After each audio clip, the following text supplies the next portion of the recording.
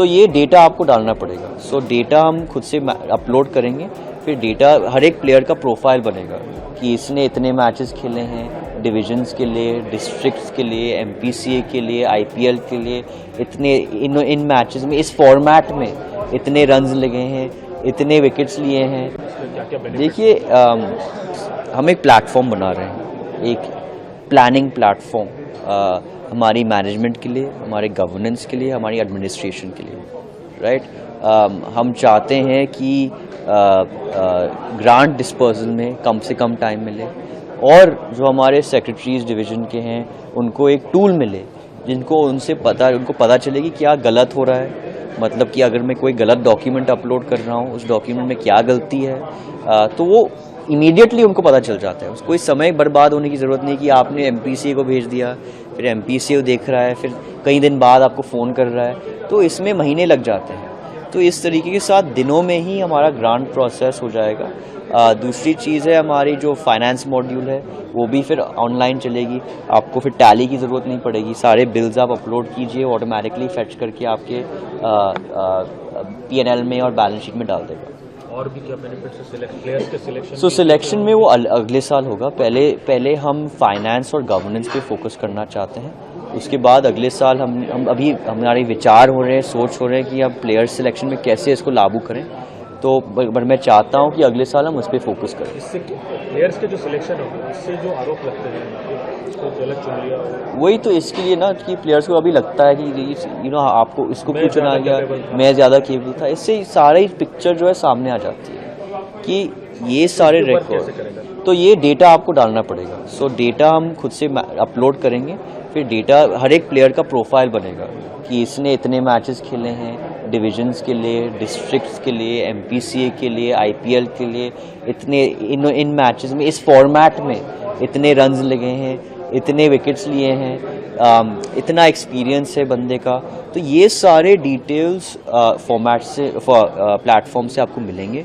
फिर सारे प्लेयर्स की डिटेल्स उसे कंपेयर किया जाएगा। फिर एआई रेकमेंड कर सकता है आपको, अगर आप सिलेक्टर हो तो आपको रेकमेंड करेगा कि आपको, मुझे लगता है ये प्लेयर चुनना चाहिए।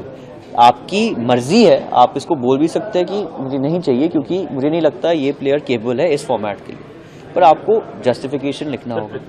एग्जैक्टली, पर आपको जस्टिफिकेशन लिखना होगा, तो उससे हमें पता चलेगा कि क्यों ये प्लेयर चुना है और दूसरा प्लेयर नहीं चुना गया। क्योंकि कई बार होता है कि मेरे पास ही प्लेयर आते हैं कि इसको मुझे क्यों नहीं चुना गया।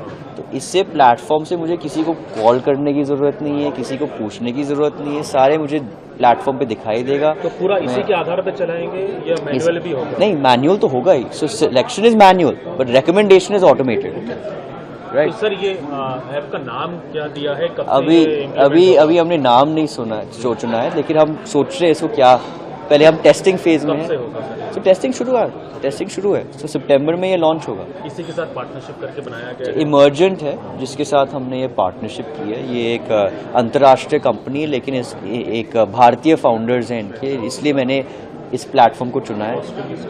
कॉस्टिंग इसकी बहुत कम है, पर अभी इस पार्टनरशिप के द्वारा वो भी इसमें इन्वेस्ट कर रहे हैं, तो हम दोनों साथ में इमर्जेंट एक ऐसा प्लेटफॉर्म है जिस पे आप आइए, कोई भी आ सकता है, कोई टेक्नोलॉजी का बैकग्राउंड नहीं होना चाहिए, ज़रूरत नहीं है कि आपको कोडिंग आए, सॉफ्टवेयर बनाना आए, कोई भी आ सकता है प्लेटफॉर्म पे और आके इंग्लिश या हिंदी किसी भी लैंग्वेज में लिख सकता है कि उनको क्या सॉफ्टवेयर बनाना है।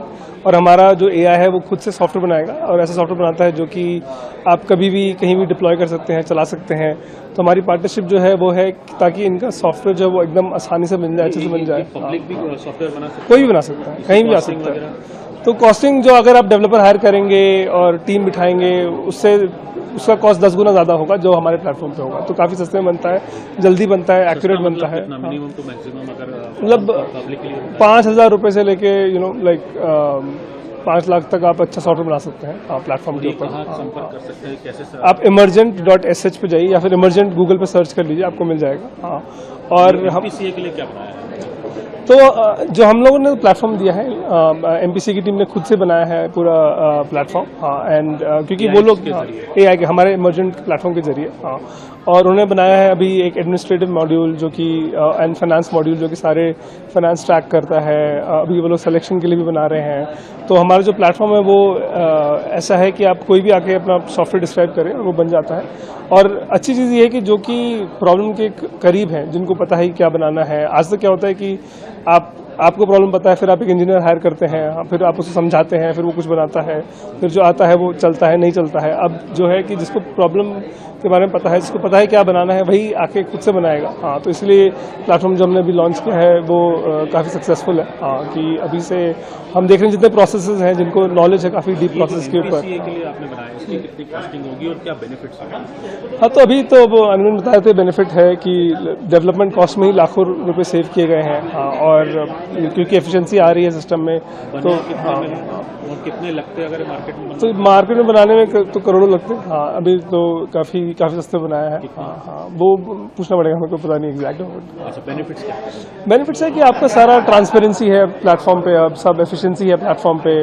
तो जो काम पहले मल्टीपल लोग चाहिए होते थे करने के लिए, अब कम लोगों में हो जाएगा। हाँ, तो अभी तो जस्ट लॉन्च हुआ है, तो हम देखते हैं क्या बेनिफिट है।